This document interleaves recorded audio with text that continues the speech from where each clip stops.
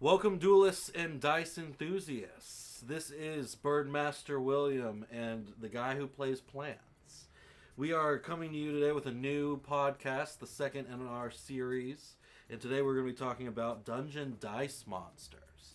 The Dungeon Dice Monsters is a Yu-Gi-Oh! Spin-off game that came to the U.S. in the early 2000s. It was in Japan before that, and we saw 4 sets of the game. And Japan saw 7 set releases. The game was canceled after that due to just poor marketing decisions and Konami pulling the plug on it. And it was very unfortunate because the game was really nice. I remember having a starter box as a child, and I'm pretty certain it got sold in a garage sale because we just did not know how to play it. Well, and retrospectively, the game was very difficult to play off of a starter set of the US starter sets because it only came with 6 little creatures, monsters. And between 2 people, 3 and 3 is they had to make a smaller board on the regular size board for the basic game is what the rulebook calls it, because there was just not enough monsters in the English starter set for it. Now, the Japanese starter set came with 10 monsters, which was pretty strategic. You know, they got you a couple, like 2 level 4s, I think. Or no, it was maybe more than that. But we got no level 4s, but you know, the Japanese had it, and it was set up well because the advanced game requires both players to have 10 monsters of their own. And so I see on the Japanese side, a starter set coming with 10 monsters was kind of set up so that, you know, 2 people could have a starter set and just start playing the advanced game.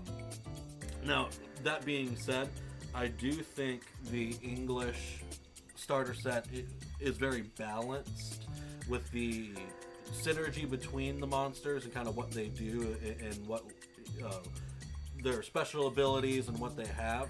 Splitting them creates a problem if you only have a starter set, because some people will get ramped up in trap crests that they don't need, ramped up with magic crests that they can't use because they're all kind of stacked on one side. You know, Gearfried uses them and Strike Ninja uses trap crests, and that's it. You know, the your Thunderball uses magic crests, and that's about it. And then Buster Blader just wipes out everybody because Buster Blader is really good. I'm gonna be honest though, Buster Blader has definitely lost his star power for me, if you will. Within the last day, that opinion has changed pretty drastically. Like he's a threat, but then like if he just gets immediate answered, it's not amazing. Well, it didn't help that I was playing mostly dragons and had to very quickly target the Buster Blader. If you had played him on the back row as like a defense unit to your monster lord, I could see that being like, you know, a play to where I would have to save and you know, out him in a different way. The defensive Buster Blader is super broken and overpowered. But as of our matches yesterday, as soon as he hit the field, I'm like, all right, he's gone. Yeah, fucking. I'm not letting him stay around. Bro got birthed and then immediately died again. Right. Well, so on our agenda for today, we're just gonna, you know, take y'all through some of the, you know, we talked about the starter sets, you know, introduce just the, you know, the basic kind of idea, and we've got some rulings and some interactions we're gonna be talking about, and then just our opinion of the game and kind of, you know, what's a little overpowered, what's a little underpowered, and kind of, you know, specific monsters that everybody needs and some that you should never purchase in the first place. Right, yeah. Unless you're just the biggest fan of Headhuntress. Yeah. As well, just not even. A level 3 with what, like 10, 20, 10 or something like that. Like, broken. Yeah, absolutely. Truly just cracked. In plain vanilla, like I actually think I watched. Is it a warrior? It is a warrior. It does get more broken off Carbonella Warrior. It does get a little more off Carbonella Warrior, which shows that Carbonella Warrior has such a value to it. The power of it is just incredible. So especially linking that with Celtic Guardian's ability to buff itself so nicely is, you remember that video we were watching with that warrior deck that guy was playing. Correct. He used that combo. It was Celtic Guardian with Carbonala Warrior, and he was just very large, wrecking the field. Absolutely, taking out level 4 is even, which is shows how important that is. But it's funny because I think I watched another video where they were over time buffing monsters or certain things, like trying to fix them, and one of them was Headhuntress. They fixed her stats to actually make her a usable level 3. On the level of honestly the most broken level 3 slot machine.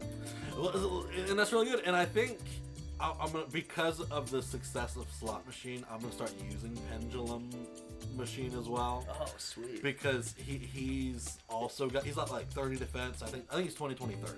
Oh yeah. I think he's 20, 30. So very close to Slot Machine, and they're both level 3. So seeing Slot Machine's success yesterday, I definitely think that Pendulum Machine's gonna make the rotation. Man. Well, and it's funny.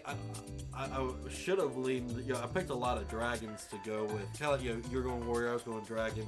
Though I did have to strategically grab Orgoth so that you couldn't have it to the list. Because the problem was, man, is like I didn't intend that, and then you told me when I realized what Carbonala Warrior did, and I was like, wait a minute, I've already got 2 or 3 of these. A lot of these warriors. I may as well just lean into it, and it was late into it that I got to that point. Well, and I was just like, you had picked up Song of the Thunder, and I was just like, okay, I cannot let him get Orgoth. I just wanted to summon all the cool shit. Well, yeah, absolutely. But I liked getting the buff off Carbonala. Orgoth put in work. I think my mistake was taking him too far from home. I got a little aggressive and just marched straight to your side of the field. You were trying to answer my I was trying to rush you out and instantly regretted that because I could not get, because Slot Machine was just wrecking havoc with who else did you have down there? You had somebody else down there. Oh, Slot Machine, and also I have my twin sword out. Your twin sword was down. Yeah, that's right. Your twin sword was down there. Yeah. It was the Thunderball that took him out. You put your twin sword down to answer a Buster Blader. I did. And opened the gate for that. That is true. So I guess one thing we have to address is just the, what's the bomber lizard guy? What's his? The bomber lizard. What? That's not his name. It's something else. Blast lizard. So I still think he is broken, but having 2 Insatsus just kind of like makes him irrelevant. Not necessarily irrelevant. It's just I think Insatsu is probably the strongest special ability character that there is. In a draft set, I believe 1 Ansatsu and 1 Bomb Lizard is pretty balanced. It's pretty balanced. But once you get to a point where everyone has access to the negates... Well, but one Ansatsu being able to cancel the other, it's interesting because you really have to stack your team around one of those 2. If you're stacking it around Blast Lizard, you have to go with pretty level 2s because that's where you're gonna start getting Magic Crest. Or level 4s, but no one wants to do that because you want to be able to summon at the same time. Where you played it well, where because you were stacking on Insatsu, you're rolling level 3s, so you stacked heavier on the level 3 side. And so it's just fascinating in perspective of how powerful they are because you will model your team around the crests that you're going to be getting the most of. Right. If as soon as Insatsu hits the field, you already knew I'm playing level 3s for the long run. Right. I'm rolling these level 3s for a while, and if worse comes to worse, I summon a couple level 3s along the way. Well, that just works out. Right, because you've already stacked your level 3s to where you feel comfortable with always being able to summon something. And that's why I was rolling level 2s all day, because I was trying to get those magic crests, and I stacked on level 2s because I had Blast Lizard. In hindsight, I stayed with them a little too long, and that did kind of hurt me a little bit in the long run because you only get single magic crests off the level 2s, where you're building up traps faster than I was building up magic crests. Right. Which does hurt. And then I am lacking a lot because I lack trap crests, I lack defense crests, and those were really, really important. Where you had good level ones to where you already built up a good amount of defense rests, right? That were very difficult to eat into, especially when you have a freaking slot machine with 30 defense. That's just really hard to eat into, especially when I have to use a Knight of Twin Sword on a Buster Blader. So getting back to where we started with this. So say someone rips the 30-year-old box of 20-something-year-old box of Dungeon Dice Monsters starter set. What's included, and more importantly than that, past that point, what investment would be needed for someone to take it more seriously? So what is included in that is, you get one Monster Lord. You're gonna get we'll start with the monsters first. So you got your Monster Lord, you got your the Gearfried the Iron Knight, you got the Vorse Raider, you've got your Knight of Twin Swords, you've got your Thunderball, you've got and then your Buster Blader, and that would be the 6. Oh, Strike Ninja. Strike Ninja. So those are the 6 that come with it, and they are, I would say, a balanced team as long as you aren't splitting it among 2 players. Right. You ideally you both have this starter correct set. So and I talked about that with the Japanese one, where the Japanese starter set comes with 10 monsters, which is the idea that both people would have a starter set. So we're going to go off that basis, right, that both people would have that lineup. So we'll kind of focus on the one person. So that's your immediate 6 lineup. Now, to play the advanced, the rules say you need a lineup of 10 monsters, but we'll finish the box and then we'll get to the 10 monsters. So the rest of the things that come in the box are actually really, really important, because the mat and the tiles do not come anywhere else. That was different from the Japanese lineup, where their tiles were the dice. The dice would unfold into a pathway that was already obviously predetermined what that pathway was. So you didn't have a lot of say as to what the little Tetris field is that you're building, because if you have the cross one, you've got the cross one. If you got that little zigzag L one, you got the zigzag L one. You didn't have a lot of option in that regard. And we'll talk about the show going forward, because the show made it even more difficult. Getting Duke Devlin's twist on Yu-Gi-Oh! They made it even harder to play the game. Where at least in the Japanese one, and in the Game Boy game, you had a little more option. Well, the Game Boy game, you had more option than even the Japanese one. You didn't have a choice to the pathway. That was already predetermined.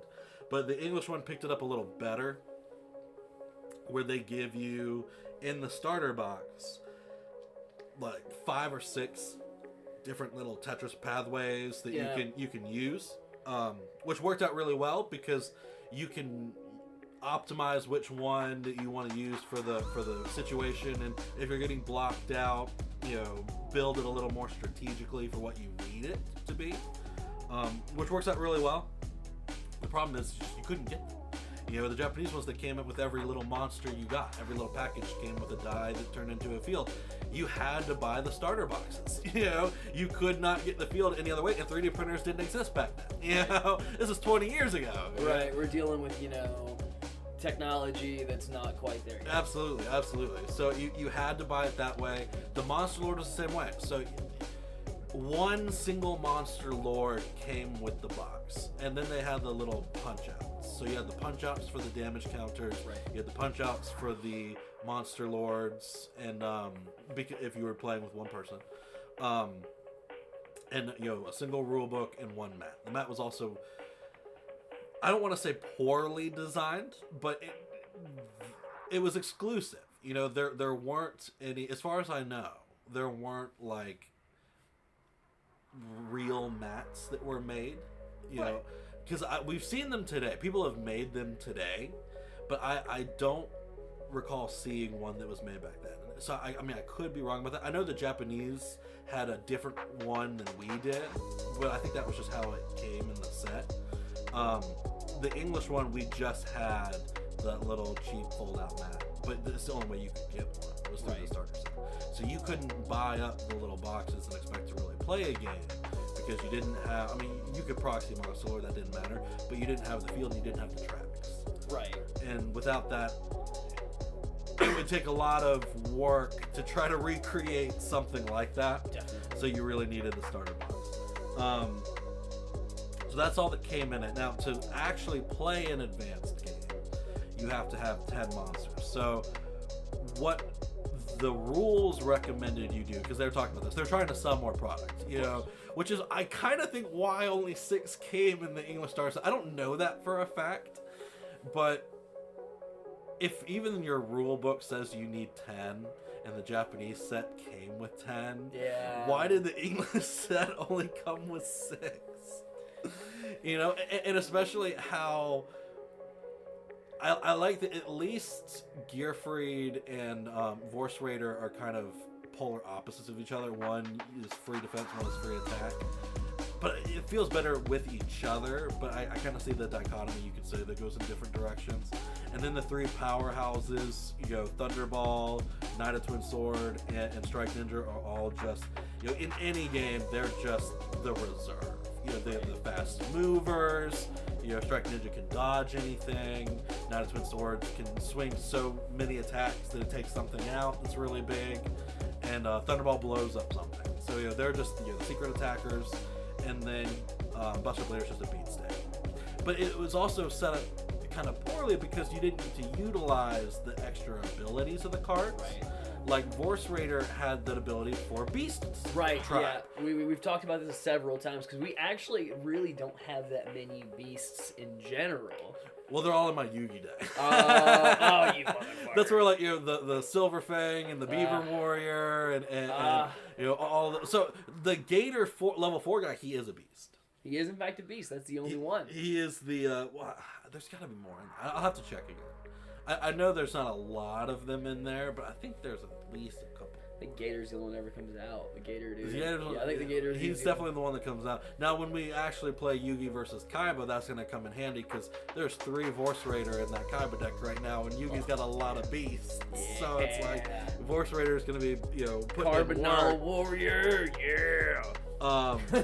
So when we start doing the Yugi versus Kaiba, I'm gonna have all level 1s, bro. It should be a lot of level 1. Well, Base. that level 4s, because then that's Blue Eyes and Blue Eyes Ultimate, and then an Obelisk. And then it's all just giving in fucking movement, so we can just move our level 1s and beat the fuck out of stuff. Right, exactly. It's gonna be awesome. You got giant units and then level 1s. Like, I think the other one was Urabi was actually one of Kaiba's from the structure deck, so he's got Urabi in there now. Hell yeah. Yeah, and then I think I threw a Crawling Dragon in there because it was going consistent. 3 Vorse Raiders? Yeah, 3 Vorse Raiders. So isn't the thing that there are supposed to be no duplicates in like the? Oh my god. Okay. It's a themed deck. It's a themed deck. Themed decks go against the rules, oh, right? Okay, you know, we're bending the rules for the themed deck. Yeah, anime rules. Right, anime rules. Correct. I got 3 Dark Magicians.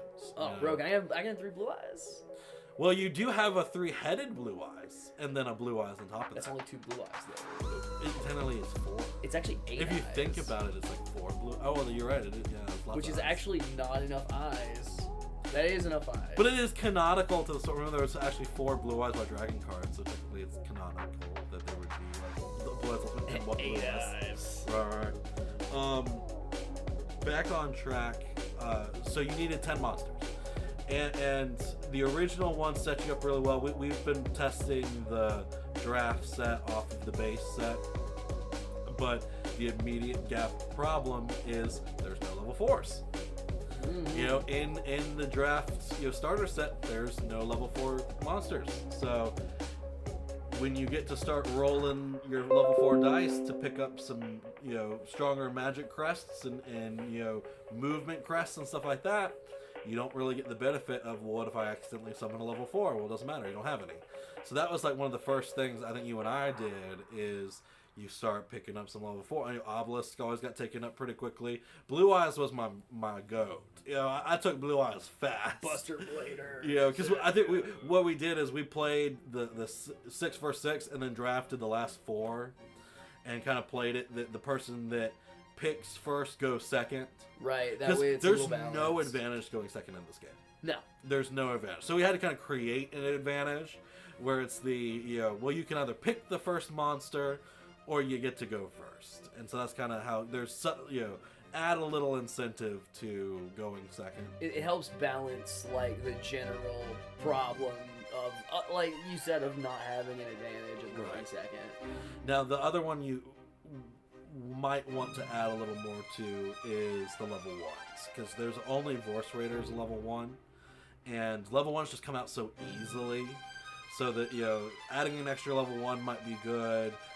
2 level 4s feels good. I like 2 level 4s. Right, especially in a situation where you're trying to maximize on your magic crest. You know, where you're generating a lot of magic, but also can summon a big well, and I think this kind of goes back to I watched a video that talked about it, and the Duke Devlin versus Yugi match kind of talked about it, where, you know, Duke Devlin was summoning all these level 2s, like lots and lots of level 2s. You got Orgoth out, but that besides that, it was like all these level 2s and level 1s, and he just had a really, really weak team.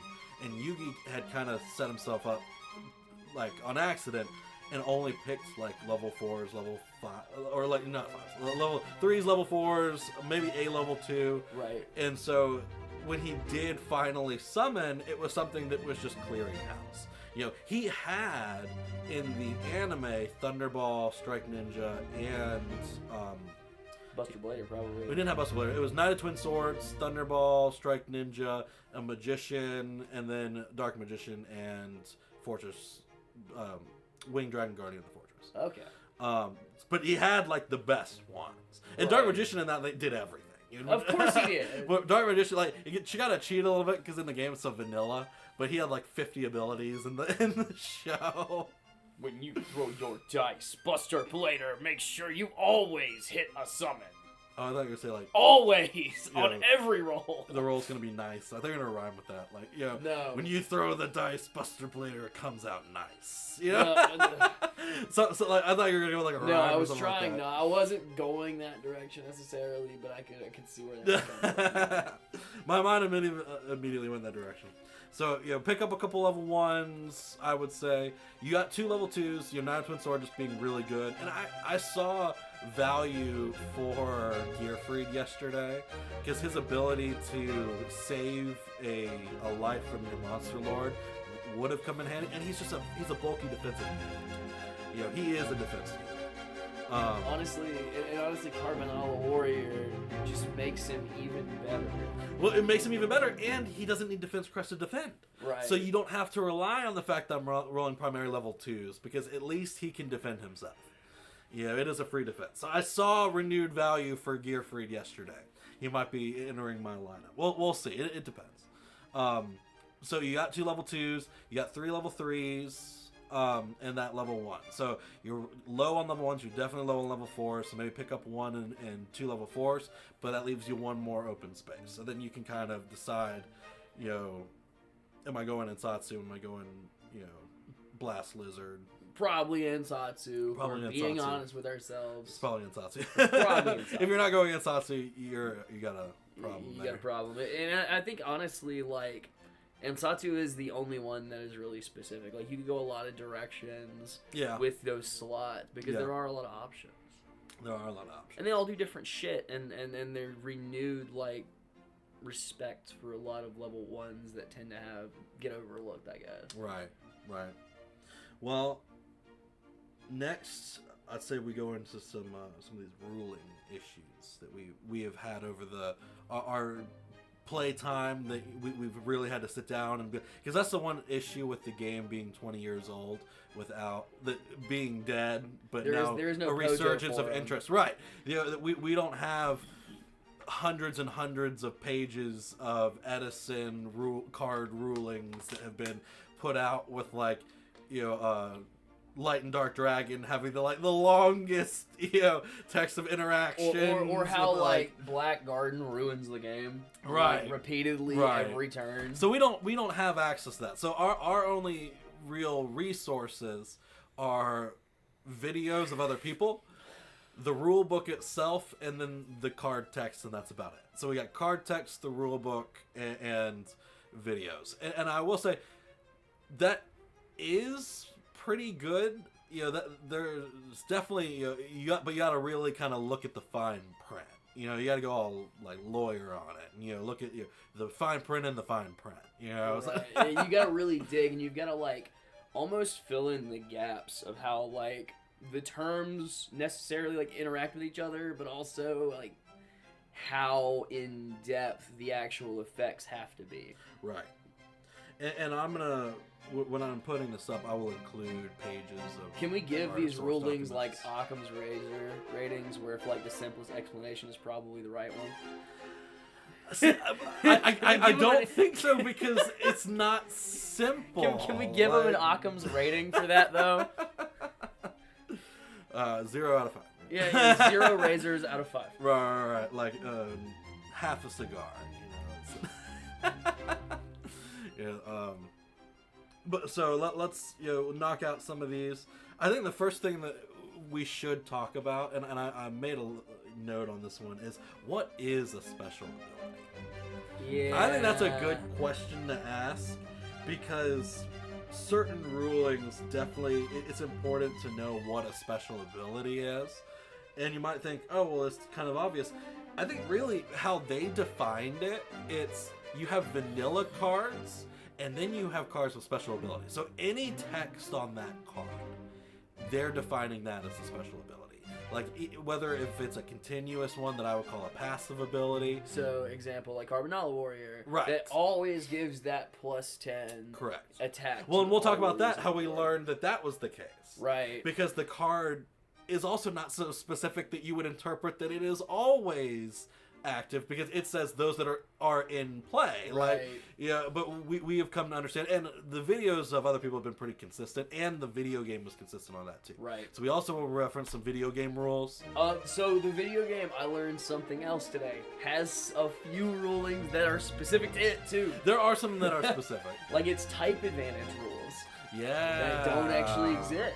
Right. Well, and the dice ones are very specific as well, where it's like they're not consistent with ours. Like, you could have some that are specific to like 5 movement crests on one side and stuff like that. So the dice were like very, very specific. But there are some things that have been consistent that I will lean on for that, and that's the continuous passive, special ability. So we have that. Flying and tunneling are considered special abilities with no cost, which means they're always active, but they are a special ability. Which I think is a difference that we have from the Japanese game, right? Because flying is designated outside of the actual text box on the Japanese cards. Well, that's true on the English cards too. It's in the bottom right corner, or bottom left corner. So you remember, Japanese is in the top left corner, right? Yeah. I don't think that's a big difference as to it being a special ability. They just designate that as a special ability. I think it's like any text that's not a blank card is basically what they're calling a special ability. But then you got ones that are then activated, is what I like. That's the word I'm going to key it, because that's going to be really important for some rulings going forward. Oh, absolutely. Is activated special abilities that require some type of crest cost. Yeah. Because the passives don't require that. Right. They are passive continuous, either always going or on a summon for it, like with the twin-headed dragon. His is on summon. You get a crest of any kind. Right. That's also true of Dark Magician Girl. If she comes in, she has the passive to give a magic crest. It's pretty good. It's not bad. Well, It's not and bad. her stats are a good line for a level 2. She's a level 2. She's as a level well? 2 and got a good stat lineup and throws a magic crest at you, which is kind of nice. She's definitely an add-in for sure. So that now that we've talked about what a special ability is, we're just gonna walk through this kind of list that I got here. So the first issue that we kind of ran into is, can Satsu negate the abilities of the Knight of Twin Sword, Gator Dragon, and Celtic Guardian? And so why we were running into an issue with that is that those special abilities are ones that do not rely on trap and magic crests. They use attack crests and defense crests. And so they are special attacks. And that was an issue we were running into, is special attacks are special abilities, but they're inherently different from other special attacks that rely solely on magic or traps. And from the Yu-Gi-Oh game, that was very difficult because we're very accustomed to chaining traps to magic and traps. Now, you can also argue monster effects. I think it's just chaining traps to effects. To effects. Having something to chain to. What made it even more confusing is that the chain thing in the rule book only specifies traps to magic and traps, which made that even more confusing because it didn't reference special abilities, and that's where we really had to lean on the card text of Ansatsu, where it says any special ability that you are using, which is where the activate ability comes into place. But that being said, Knight of Twin Sword, Gator Dragon, and Celtic Guardian are activated abilities. Right. And there's a cost. Correct. And there is an activation that is you have the ability to respond to. Correct. And so where I think that comes down, we'll start with Knight of Twin Sword, is I believe you still get your single attack. What I think is being negated is the double attacks. So if you're spending 4 attack crests, I can negate it to where you only have your single attack. And that is quite crippling on the Knight of Twin Swords because you only get 1 attack. Where if this is going with Thunderball or Magician Dragon, as long as they have 3 more magic crests, they can use that special attack again. And the other important thing I think is that you have to pay for all those attacks up front. You have to pay for them up front. You have to pay for what you intend to use up front. Correct. With and give the option. Correct. You know, and if you go from paying 6 crests to attack 6 fucking times to it becoming 1, correct. That's a big problem. It's a big problem, and that's very consistent with I say the Yu-Gi-Oh game in general because cost of playing is still required regardless if it's going to get negated or not. Right. You have to pay the cost of right.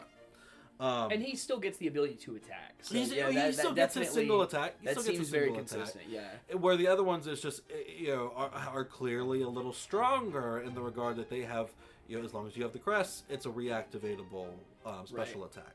And then Gator Dragon and Celtic Guardian are very similar. Gator Dragon has that for defense. He can use multiple defense crests to buff his defense, where you would just negate that to say you only get the 1 defense. And the Celtic Guardian is the same. It's like the 2 of those in 1. Right. So next, can Ansatsu cancel any special abilities? So where we're going to go with that is...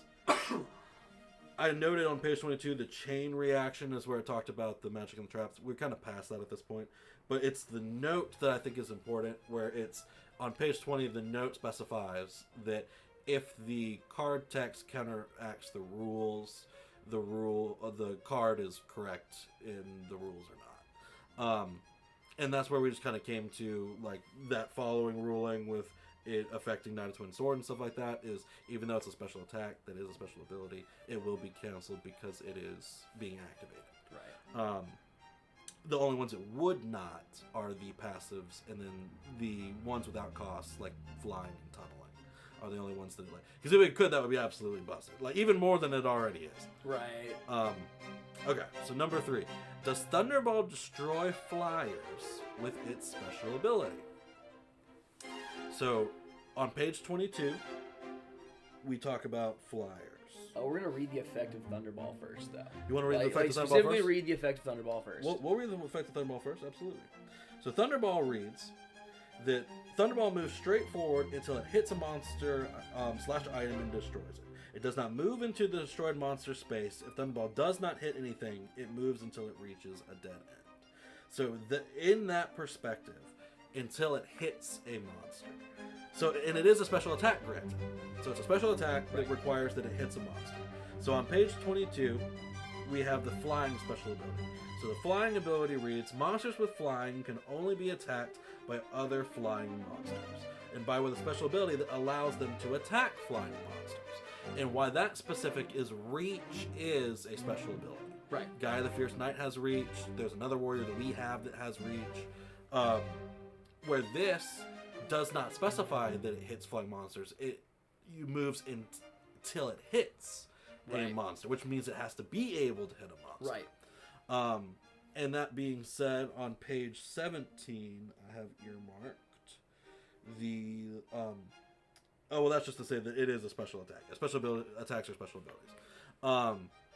And so what we came to on that is that Thunderball would not be able to use its ability to take out a flyer because it would be unable to hit a flying monster. You know, the text on the card specifies it has to hit a monster, which it would not be able to do. And so therefore, you know, it's similar with Strike Ninja. You know, Thunderball would not be able to hit Strike Ninja if Strike Ninja used its ability to become invisible. Right. So therefore, it would go through the Strike Ninja. And that's important because our next one is, does Thunderball pass through Strike Ninja? So now my question related to balancing at that point, do you think that almost makes, like, I feel like Thunderball is still at least semi-relevant? Oh, absolutely. Just because it can move so far so fast. Oh, yeah. But do you think that making, like, flying and Strike Ninja's abilities stronger against the Thunderball effect makes the Thunderball less relevant?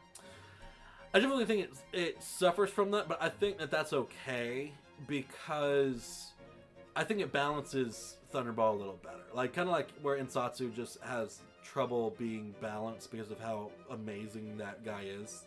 Yeah. You know, Thunderball needed a little balancing because if it could take out things that nothing else really could, well, it gives an answer that, like, why Magician Dragon is important. And we're going to talk about that next.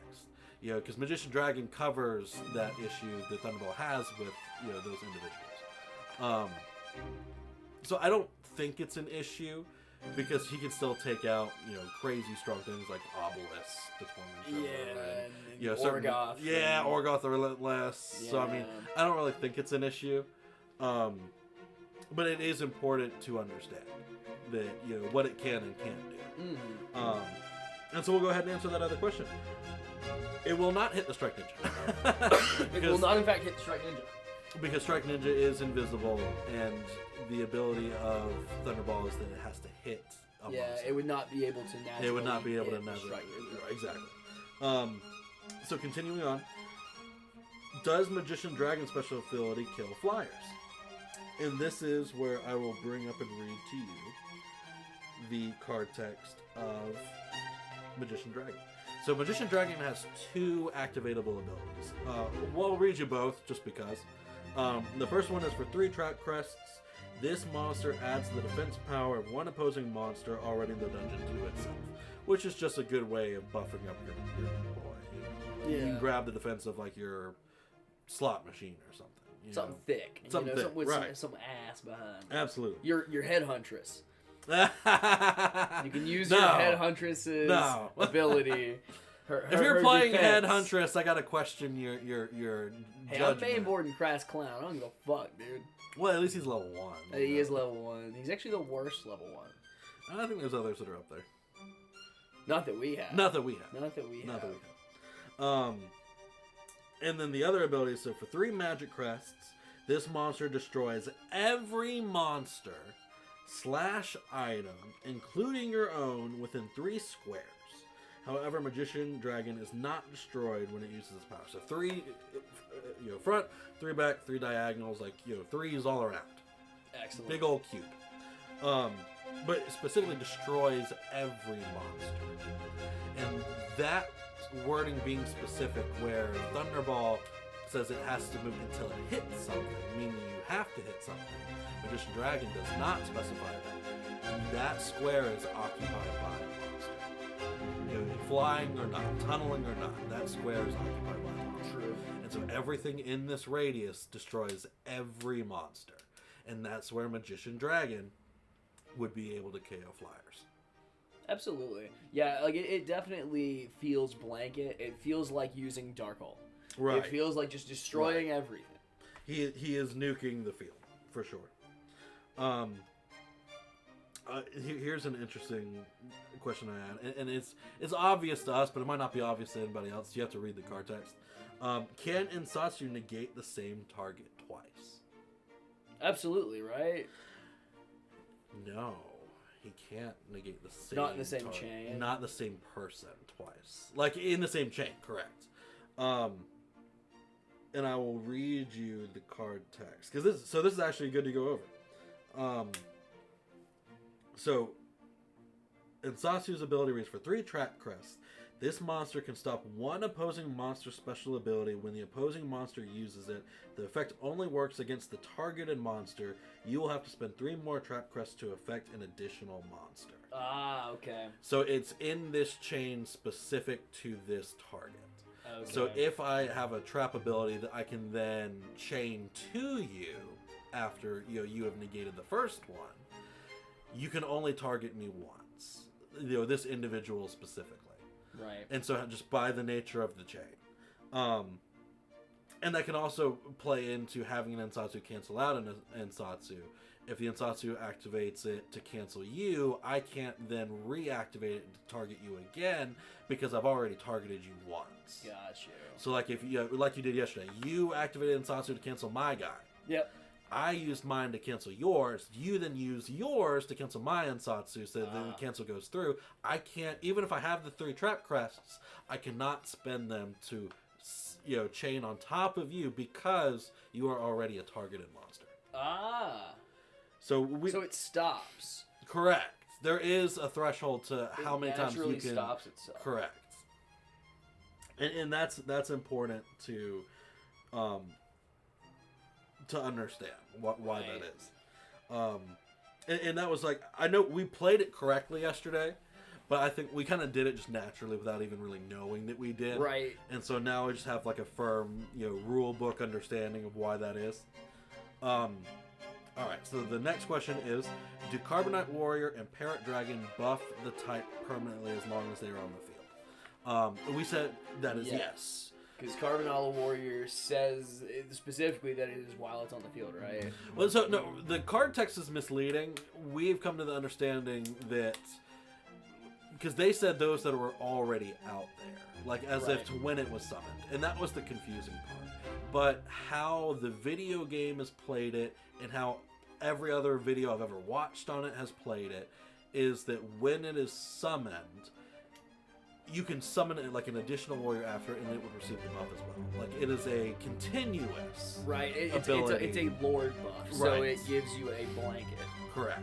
And that's where I think just the English wording, perhaps, I don't know what the Japanese says specifically, but the wording was a little misleading because it was kind of implying that it was only what was already out at the time that you were summoning it, which immediately made it a lot worse because it's a level 1 and you don't want to have to, summon a bunch of things and then bring out a level 1 that buffs everything. I mean, it's not that you couldn't do that, but to be able to tuck the level 1 in the background and then just bring out everybody else that gets buffed because of that level 1 being out, it made Parrot Dragon so much better because that's a flyer that you can tuck right in front of your monster lord that if they don't have flying, they can't hit. That then buffs all your dragons. Like, if it was the other way around, Parrot Dragon immediately, and I think you made that comment when we first did, we did it the wrong way. I think it was my fault. Where we were, like, I had said the opposite because of what the card said. Right. And you were like, you lied to me. This card's trash. You're like, because even in the video, the guy's like, he starts with Parrot Dragon. He's like, this card's like, amazing, and I was like, and it's good, and then you used it, and I threw the opposite ruling at you. Fuck! I've been cheated. You've been bamboozled. I've been had by one of the classic blunders. Bad rulings. God damn judge. Right. So yes, they are permanent as long as the monster's out. Once the monster leaves the field, the buffs would go away. And here's a new one for you and I that I don't know if we knew, and if we knew it, we never did it, is you don't have to summon on the first die roll. No, it's never been a problem. I don't think I knew that. No, yeah, the first, you can summon from either die roll. But like, well, no. Oh, you don't have to immediately summon. You don't have to immediately summon. Because anytime we had the summoning crest on the first roll, we always took it. Right. You don't have to use that. If you rolled it, like, for instance, and this is where it's important. Like, let's say I'm rolling level 2 dice. Right. And I'm looking for Trap Crest, but I only got level 3 monsters.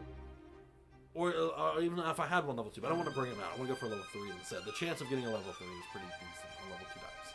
If I roll the second die and I get all 3 summon crests, I could ignore the summon on the first roll to go for the summon on the second roll. Right. Yeah, Right. definitely. Now, that's just something we've never done. Right. I realized that as I was reading earlier. Right. Well, because it's in that flow chart on page 23 where it mentions that the ability to summon on that first die roll, but then it mentions that after the second die roll, it said put out your tracking your monster. Right. So you could summon on that first roll, or you could wait till the second roll to try to summon off that for maybe something better.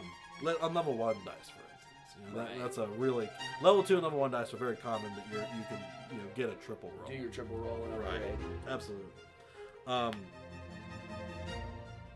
And that's all the rulings we have for now. Kind of help clear out some confusion and some it's funny with the magician dragon. I was watching a video where they added a little caveat that he does blow himself up. That immediately makes it worse. Yeah, that immediately makes like that thing that's not literally like as a good. nuke for like a one-turn thing. He's so much better if you just let him. Just stay let him alive. keep doing his Let him thing. just keep doing. yeah. I mean, he's the best boy. Like, let him just do his He's thing. doing a good job. Well, you had Orgoth and Obelisk out, and I just Nuked both of them nuked in both one with shot. one shot, which Bullshit. just felt so Bullshit. good. We Obelisk needs like his anime abilities. I'm fucking calling hacks, man. You've been ordering too much shit on Etsy. Bro got rigged dice. Yeah, well, he does sell dice. Bro gonna weight them. Oh, absolutely. Without a doubt, definitely gonna, and that's why I got separate dice. So you have your own set and I have my own set. Oh god. Oh. No, I'm getting my own fucking dice. Hey, after that game where I went how many turns on level 2 dice without summoning? Yo, like, fair. That was a kind of that was painful. That to watch. was painful to watch. It really It was was. painful on the other side. But at the same time, motherfucker, I have done that so I'm sure many you have. times. I'm sure you have. You were cranking out those level 3s, and I That couldn't even game get a was freaking kinda- level 2. yeah, that game was something. But regardless, that match was really good. It was. You pulled out and that third game, you really outplayed me on that one. That was really well done. Slot machine OTK, bro. Dude, slot Two machine cracks. is. Two I love that slot machine. I think it's not my favorite pull from that set. I think Dark Magician Girl has to be my favorite for it's Dark Magician Girl, and then BLS because it's BLS. But on top of that, slot machine I think was my favorite pull. Cracked. Well, and he just looks awesome. Right, absolutely. That's probably my favorite mini, to be honest. Like the pendulum guy. Yeah, because he actually pendulums. I like that it actually moves. Because all the other ones are just static figures, where they don't move. The fact that they actually incorporated it, that his little like guillotine looking thing pendulums was actually a pretty cool design. And one other thing I appreciate is that we talked about how the tracks in the Japanese game are also the dice. I'm so glad that they actually did real fucking resin dice for the English starter set. Like, that is super, super nice. Absolutely. And it feels better. I guarantee does. the cardboard wore out pretty fast. Well, and I think that was an issue of the Japanese dice where the little clasp that put it together, they don't last. Right. And so the older the dice, you will never get to close these, and so you don't roll them because you can't close them. Right. And the newer ones that I got, which they're all, it's like they're used or unused. If it came from a sealed box, they will hold together, but I guarantee you they're all going to end up in that same regard where none of them will open someday. Right. And so they're much nicer for a display than actually using it for the game. I was watching this guy who was 3D printing his own locking dice. And it was pretty neat. And I don't have the resources to do that, but if someone did, that's pretty cool. Try to keep it a little. Oh well, this another thing to talk about is the anime differences from the the little nuanced differences. Right. One thing that was fascinating is in the anime version of the game. Now I've read the manga, and the manga's a little different too. It's actually a lot different, but it's been a while since I read that, so I'm only going to reference the anime because I've seen that recently. Right. Is the dice were randomized, which is really like all 15 that they picked. They put in this little sorter, and the sorter put 3 out at a time, and that was immediately makes the game so much harder because you could get level 2s and level 3s and level 4s to the point that you couldn't even summon if you rolled 2 level, like, you know, and that happened. He rolled a level 2 summoning crest and a level 4 summoning crest and didn't get a summon because, you know, in our version of the game, I'm rolling all level 1s, all level 2s, all level 3s, all level 4s. And not because I have to, well, no, I do have to, actually. I think that is cool.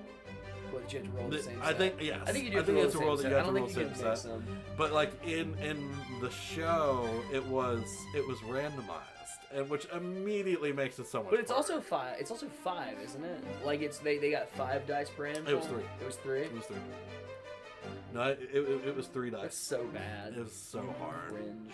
You know, the fact that I mean, he did have the most busted ones though, because I will say, looking back, Duke Devlin's were not very good, and Bro all did of have- Yugi's like had the best. Bro did have the bomb lizard. That's what matters. He did have the bomb lizard, He and I had think the that's, if fucking I'm lizard. recalling, that's how we got rid of Winged Dragon Guardian of the Fortress. Is I think he just straight up blew up that one, which was, I mean, it's a fine choice, but it's not what I would have It's a done. strategy for sure. And it's not what a Pegasus would have done either, you know. Like you got say that you're the. I think he was so distracted by Joey's dog suit that he just wasn't really, you know, paying attention. Joey truly did not want to be a furry. He didn't want to be a furry, and I don't blame him for I don't it. either, man. Like that's really degrading. You know, good thing Kaiba wasn't there. It's very degrading. Right. But more importantly, I think we'll probably link some of the videos that we've used to kind of Yeah, I think know, I'm throwing a couple of videos. throw in a couple links. You Yeah. know, some of your favorite shit in the description. Right. Give some love somewhere. But it's been a journey for sure. Well, and so one question before we leave: how do you feel about the game? What's your opinion? You know, I'm obviously biased because I'm infatuated with the game. I like it. I think it's cool. I think it's cool in a bubble because it is ultimately in a bubble. Right. And the fact that we are never like going to, it's never going to expand. At least you know in the foreseeable future. Right. For the foreseeable future. It's not going to expand. Puts it in like this little kind of time capsule nostalgia Right. situation. I think it's nice that it is the Duel Monsters IP, where it's like, you know, there's nostalgia in the monsters that, you know, we all grew up with. Right. But I also kind of appreciate that, you know, you get your little bit of Yu-Gi-Oh! Fan service Exactly. for your fucking nerds, but also you don't have to care about Duel Monsters or Right. the anime or Yu-Gi-Oh! At all to appreciate how it's designed. My personal take on it is I think it's a lot easier to get, like, as your first introduction to Duel Monsters, as just a playable game than modern Yu-Gi-Oh! Today. Modern Yu-Gi-Oh! is so difficult to get into. Like, Advanced is so difficult to get into. And, or even Edison, like, for someone that's never played the game before. Right. You know, I think this is a really good introduction to just the Duel Monsters IP in general, because it's an easy game. You know, Yeah. There's strategy to learn. There's Right. definitely nuanced strategy. Easy to approach, hard to, you know, master, I guess. Because there's a good bit of depth. I think it just takes a couple games really to get your grasp. Because you and I have played a couple matches, like maybe 3 or 4 matches. We've played more than that. I'm not going to tell you, but yeah, we've played far more than that. You know, Maybe 5 matches. That's 15 games. maybe there's a shitload of Dungeon Ice Monsters. I think like 4 or 5 matches. But like, there's a definite. and you took the last one. Right, but there's like a definite growth in like the more time you spend with this, the better you understand. Well, and that's just true of any of them. But Right, but like there's a ceiling for a lot of things. Like we haven't hit a ceiling yet. I'll put it in this perspective. Like, you know, I'm the master of Dungeon Ice Monsters, and in 4 to 5 matches, you were able to beat me. How many matches would you have to do to be one of the best players in Advanced? Probably not that many. One of the best players. Yeah, like one of the best players. You say you could beat one of the best players as your first introduction to less than 4 to 5 matches. No. That's the point I'm making. You know, it's the threshold to getting into the game is much lower. Right, definitely. Like it's still being fun. Like we talked about it being like Yu-Gi-Oh chess, where it's feels like an incorporation of like a lot of different mechanics. Definitely, but not so many mechanics where it's like overwhelming, where it's threatening to look at. Absolutely. But yeah, I think that's kind of where we stand with it. Well, thank you for listening to us rant about an ancient 20-year-old game. You know, he smelled the air, dude. Did it smell like Burger King? It smelled like sweaty people from 20 years ago. Did it smell like Burger King? Not from 20 years ago, maybe. I don't know. 20-year-old Burger King. Fuck yeah.